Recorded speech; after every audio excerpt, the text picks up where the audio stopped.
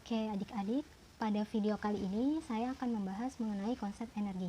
Nah, energi itu merupakan kemampuan suatu benda untuk melakukan usaha atau kerja.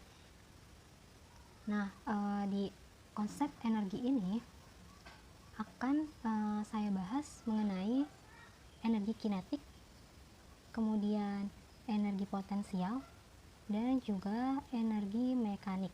Nah, untuk yang pertama saya akan membahas mengenai energi kinetik.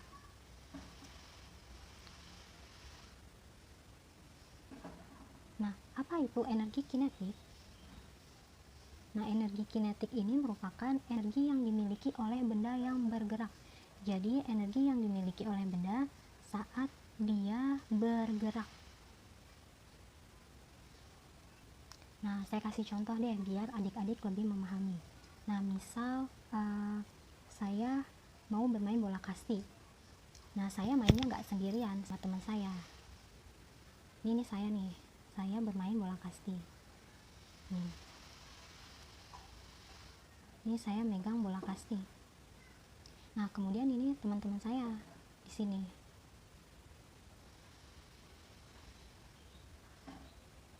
Nah, anggap aja ini si B, ini si C. Nah, ini saya. Nah, saya niatnya mau lempar bola ke si B. Tapi lemparan saya meleset kena si C dan terkena perutnya. Nah, saya kan nggak sengaja.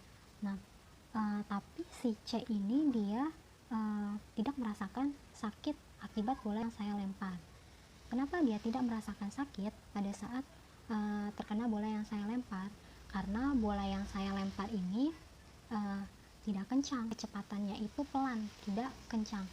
Beda lagi ceritanya kalau misalkan saya melemparnya kencang, otomatis si C ini bakal merasa kesakitan dengan bola yang saya lempar. Berarti si Eka ini berhubungan dengan kecepatan benda. Nah, kemudian kenapa si C ini tidak merasakan sakit? Kemungkinan yang kedua karena si massa bolanya itu tidak berat, tidak terlalu besar, lebih sehingga si C-nya ini juga tidak merasakan sakit yang begitu berlebih gitu saat terkena bola. Kalau misalkan bolanya itu berat, lebih berat gitu, nah otomatis pada saat mengenai perut si C ini dia bakal kesakitan karena masanya itu lebih besar. Makanya si Eka ini juga bergantung sama yang namanya massa. Semakin besar masanya, maka Ekanya itu juga akan semakin besar. Semakin besar kecepatannya, maka Ekanya itu juga akan semakin besar. Sehingga energi kinetik ini bisa dirumuskan dengan persamaan seperti ini. Eka sama dengan setengah M V kuadrat. Eka ini satuannya joule. Terus massa itu satuannya kilogram dan V satuannya meter per second. Ini merupakan rumus dari energi kinetik. Lalu kenapa kak kok di rumus tersebut ada nilai setengahnya sama V-nya itu dikuadratkan? Kenapa kak? Nah, jadi angka ini tidak serta-merta turun dari atas langit.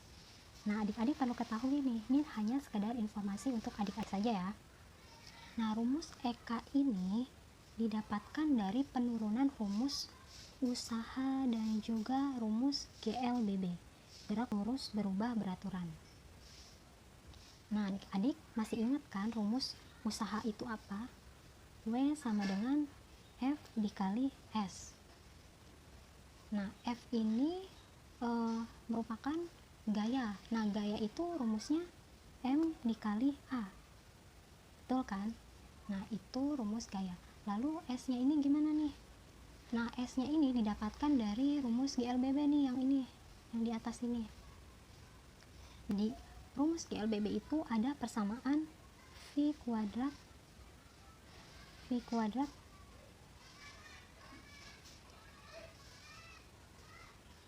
2A dikali S. Nah, lihat di sini ada S-nya. Nah, untuk mendapatkan si S-nya ini, adik-adik tinggal pindah ruaskan saja 2A-nya ke sebelah kiri. Jadi, V kuadrat per 2A sama dengan S. Nah, jadi si 2V per 2A-nya tinggal masukin deh ke persamaan yang ada di sini. W sama dengan M dikali A dikali V kuadrat per 2A. Nah, lihat di sini ada nilai A yang bisa kita coret. A bisa kita coret karena A nya itu bernilai tetap atau konstan, makanya kita coret saja. Nah, sehingga rumusnya itu menjadi M V kuadrat per 2. Nah, setengahnya ini bisa kita pindahkan ke depan menjadi setengah M V kuadrat.